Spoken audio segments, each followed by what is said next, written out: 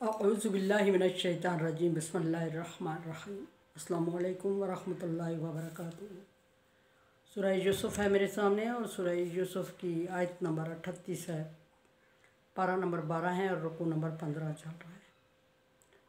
और आयत नंबर 31 में आयत नंबर 37 और 36 में यूसुफ अलैहिस्सलाम से कैदी ख्वाब की ताबीर पूछें और यूसुफ अलैहिस्सलाम ने बड़ी खूबसूरत तमहीद बांधी ख्वाब की ताबीर बताने से पहले। ये असल उसूल है हमारी ज़िंदगी में इम्प्लीमेंट के लिए कि हम ज़िंदगी में बहुत सारे मसाइल जब हमें पेश आते हैं तो हमारे पास कोई पैटर्न नहीं होता कि हम किस तरह फॉलो करें, किस तरह इस मसले को हैंडल करें। तो तरीक़ाकार सिखाया जा रहा होता है पैगंबर की ज़िंदगी में कि जो भी पैगंबर दुनिया में आया उसको ये मसाइल दुनियावी सारे पेश आए और उसने किन उसलूब को फॉलो करते हुए इन मसाइल को हैंडल किया और हमारी भी रहनुमाई फरमाई। अब यूसुफ अलैहिस्सलाम को एक तो कैद व बंद की सोबत बर्दाश्त करना पड़ रही है और ऊपर से यूसुफ अलैहिस्सलाम पैगंबर हैं, स्टेटस है आपका एक, और पैगंबर भी वो जो नस्ल दर नस्ल पैगंबर की औलाद चले आ रहे हैं और फिर आपकी आदात और अतवार भी पैगंबराना हैं और हैं आप जेल में और बहुत बड़े इल्ज़ाम में और मुकाबला आपका हाकिम वक्त से है। अब इन हालात में आम बंदा कंफ्यूज हो जाता है और हौसला हार जाता है और जब कोई सवाल करता है तो बंदा कंफ्यूजन में अपने आप को मुजरम समझते हुए लोगों के सामने कॉन्फिडेंस से बात नहीं कर सकता। दीन की तबलीग तो दूर की बात, आम बात भी नहीं कर सकता। लेकिन चूँकि यूसुफ अलैहिस्सलाम पैगंबर हैं और यूसुफ अलैहिस्सलाम ने इतनी अच्छी तमहीद बांधी कि उसको टाइम दिया, जिन लोगों ने आपसे ख्वाब की ताबीर पूछी उनको टाइम दिया। ये चीज़ हमें सिखाई जा रही है कि हमें जल्दबाजी में कोई काम नहीं करना, हाँ हमें आता भी हो। यूसुफ अलैहिस्सलाम पैगंबर थे, डेफिनेटली आपको ख्वाब की ताबीर आती होगी या फिर अल्लाह की तरफ से लेट हुआ या फिर यूसुफ अलैहिस्सलाम की हिकमत अमली थी और तबलीग के उसूलों में एक हिकमत अमली भी है। सो यूसुफ अलैहिस्सलाम ने उनको ख्वाब की ताबीर बताने का टाइम दिया और उस टाइम में वो जब यूसुफ अलैहिस्सलाम के पास उस टाइम का इंतज़ार कर रहे हैं तो उस टाइम को यूसुफ अलैहिस्सलाम ने कैसे इस्तेमाल किया। पहले यूसुफ अलैहिस्सलाम ने अपना तारफ़ बताया और तारफ़ डेफिनेटली दोनों तरह यूसुफ अलैहिस्सलाम का पैगंबराना ही है। हाँ, आपका पर्सनली तारफ़ किया जाए, मजहबी किया जाए या नस्बी किया जाए, दोनों में आपके पैगंबराना औसाफ मौजूद हैं। तो फिर भी आपने इस वक्त को ज़ाया करने की बजाय उनको अपना तारफ़ देना मुनासिब समझा। इससे हमें ये बात भी सिखाई जा रही है कि जब किसी से बात, अजनबी बंदे से बात करनी हो तो उसको सबसे पहले अपना थोड़ा बहुत तारफ़, वो हम तारीफ़ों के पुल बांध देते हैं, वो बात गलत है। और अपना तारफ़, अपना बायोडाटा उसके सामने ज़रूर रख लेना चाहिए ताकि उसको मद्देनज़र रखते हुए वो फैसला कर सके।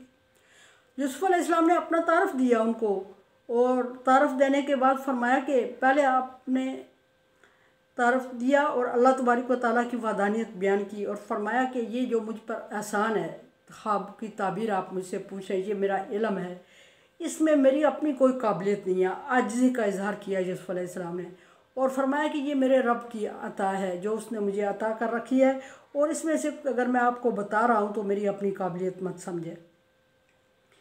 फिर अल्लाह तबारक व तआला की अता की सबसे बड़ी एहसान जो अल्लाह तबारक व तआला का था उसकी सबसे बड़ी वजह बताई कि अल्लाह तबारक व तआला का फरमाबरदार हूँ और फरमाबरदार हूँ तो कुफ्र और शिर्क से मुतनफ़र हूँ और उन लोगों को भी छोड़ चुका हूँ जो कुफ्र और शिर्क में पड़े हुए हैं। सो इस वजह से अल्लाह तबारक व तआला ने मुझ पर इनाम किया ये इल्म का। यह साबित होता है कि जब इंसान कुफ्र व बातिल को छोड़ देता है और अल्लाह तबारक व तआला की तरफ रुजू कर लेता है तो फिर अल्लाह तबारक व तआला उसके लिए अपनी रहमत के दरवाज़े खोल देते हैं और उसके ज़िम्मे काम लगा देते हैं, उसको ख़ास कर देते हैं और वो लोगों में रह के लोगों का पेशवा होता है। बिल्कुल यही बात यूसुफ अलैहिस्सलाम फरमाते हैं कि मैं उन माबूदों को छोड़ चुका हूँ और मैं कुफ्र शिर्क को छोड़ चुका हूँ, इस वजह से अल्लाह तबारक व तआला का मुझ पे एहसान है। आगे देखते हैं यूसुफ अलैहिस्सलाम क्या फरमाते हैं। आयत नंबर 38 में फरमाया वत्तबाअतु भी मिल्लत आबाई या इब्राहीम व इसहाक व याकूब। दो बातें काबिल गौर हैं। एक बात यह है कि आपने अपना ख़ानदानी नस्ब बयान किया, पहले आपने मजहबी अपना तारुफ करवाया था।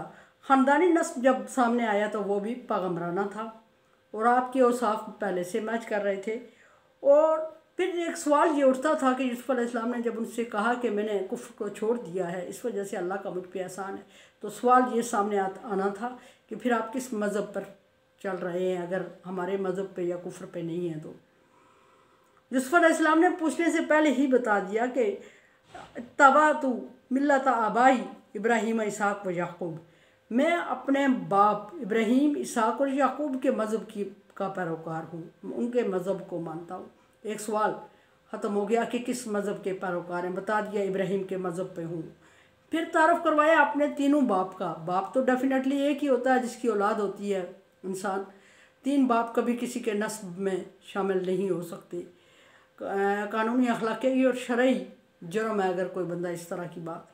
लेकिन चूँकि कुरून उला में पैगम्बरों ने के जितने बाप दादा जितनी नस्ल चलती थी उनको बाप ही का नाम कह के मुतारफ़ करवाया जाता था, दादा कहीं भी ज़िक्र नहीं है। जिसके भी तीन नस्लों, जिस पैगम्बर की 3 4 6 नस्लों का भी जिक्र हुआ है, उसको उनकी 6 नस्लों के बाप को बाप ही कहते हुए जिक्र हुआ, उसके बाप को उसके बाप, उसका बाप उसका बाप, दादा लफ्ज़ कहीं जिक्र नहीं हुआ। सो इस वजह से यूसुफ अलैहिस्सलाम ने अपना तारफ़ बाप दादा और परदादा तक करवा दिया कि हम 3 4 नस्लों से, जितनी वो तो थी बहुत ज़्यादा नस्लें सारी नस्ल, लेकिन जितनी 3 नस्ल अमूमन ज़िक्र किया जाता है और 3 नस्लें यूसुफ अलैहिस्सलाम ने पैगम्बराना ज़िक्र की कि मैं 3 नस्लों से पैगम्बरों की औलाद चला रहा हूँ और फिर 3 नस्लों से पैगम्बराना औसाफ मौजूद हैं और हम 3 नस्लों से इल्म और हिकमत रखते हैं और नबूवत रखते हैं, सिलसिला नबूवत हमारे साथ पास है। और फिर ये भी इससे बात साबित होनी होती है कि अगले बंदे को अपने आप को मनवाना भी होता है और ये सच साबित करना यूसुफ अलैहिस्सलाम का कि खुदा न खास्ता मैं इनको ख्वाबों की ताबीर बताऊं तो ये कन्फ्यूजन में ना पड़े कि मैं भी कि ये बंदा गलत कह रहा है सही कह रहा है। इसलिए दोनों तरफ से अपना तारफ़ बता के पहले उनको मुतमईन किया, टाइम दिया। हालांकि वो पहले यूसुफ अलैहिस्सलाम से मुतासर थे, लेकिन ये तारफ़ सुनते ज़्यादा मुतासर हो गए। और फिर उनसे कहा कि फरमाया कि मैं 3 नस्लों से अपना तारफ़ करवा के तो उनके मज़हब को ज़िक्र किया, मज़हब इब्राहीम अलैहिस्सलाम तक पहुँचा के मैं इब्राहीम अलैहिस्सलाम के मज़हब का पैरोकार हूँ। फिर आगे उनको और क्लियर कर दिया कि जब नए बंदे से हम बात कर रहे होते हैं मे बी कि वो हमारी बात ना समझ रहा हो।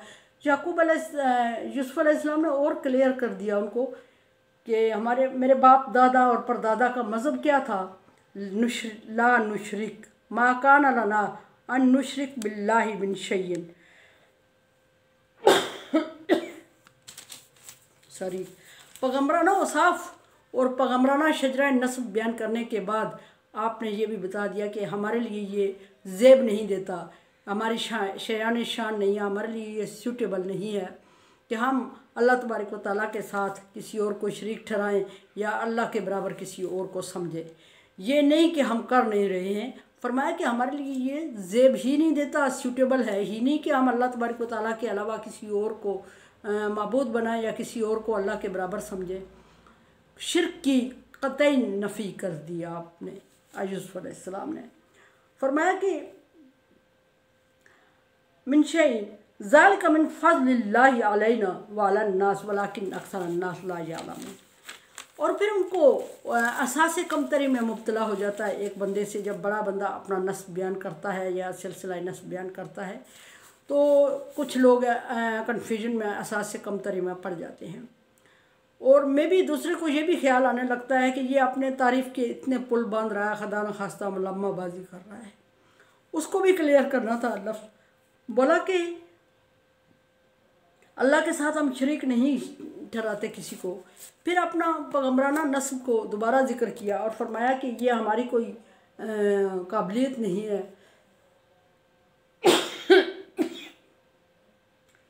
सॉरी, यूसुफ अलैहिस्सलाम फरमाते हैं कि ये मेरी कोई काबिलियत नहीं है या हमारे बाप दादा की काबिलियत नहीं है, ये अल्लाह तबारक व तआला का फ़ज़ल है जो अपने बंदू को वो दे जिस के उसने हमें अता किया है। क्या कि हमें शिर्क से महफूज रखा है, हम मुशरिक नहीं हैं।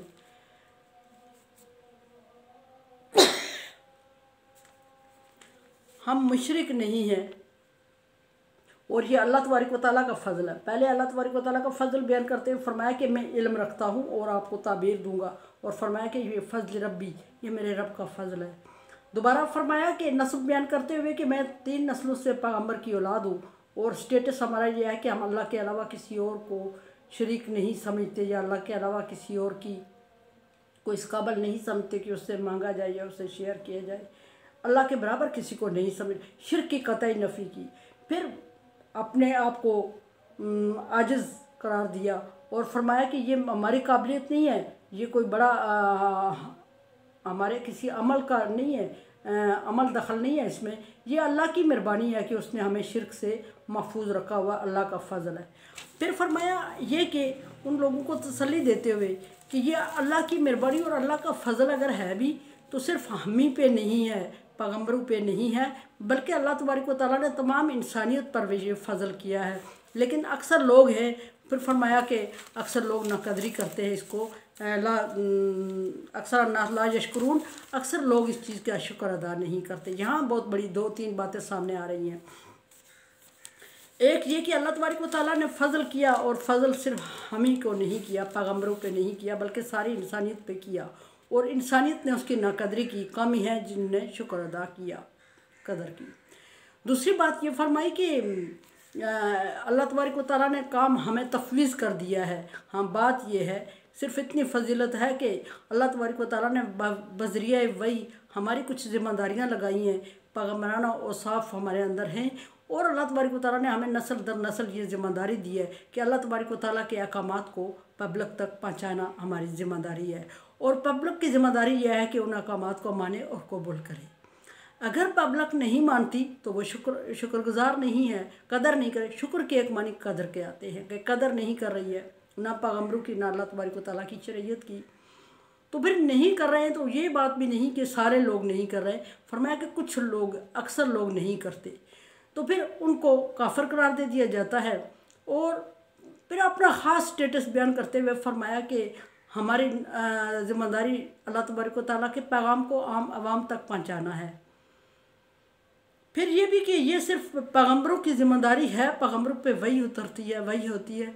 वही होने के बाद जो ज़िम्मेदारी ये है कि पैगम्बर दूसरे लोगों तक पहुंचाते हैं जो पैगाम, वो लोगों की ज़िम्मेदारी बन जाती है कि वो उस पैगाम को आगे कन्वे करें, और जिस तरह पैगम्बरों से सुना एज इट इज़ वो पब्लिक तक कन्वे करे।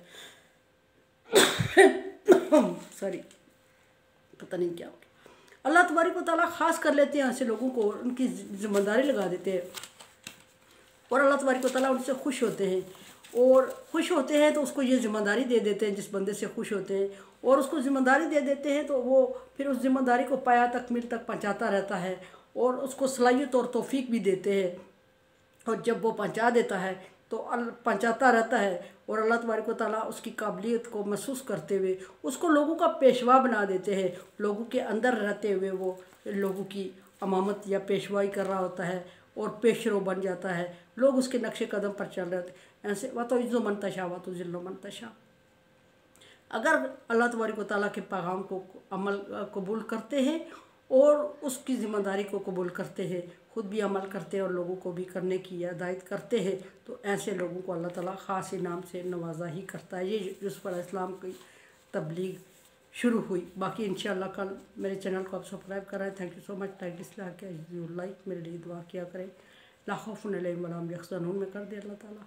कोरोना वायरस से बचने के लिए एहतियाती तदाबीर और वैक्सीनेशन ज़रूर करवाएं, दुआ ज़रूर मांगें।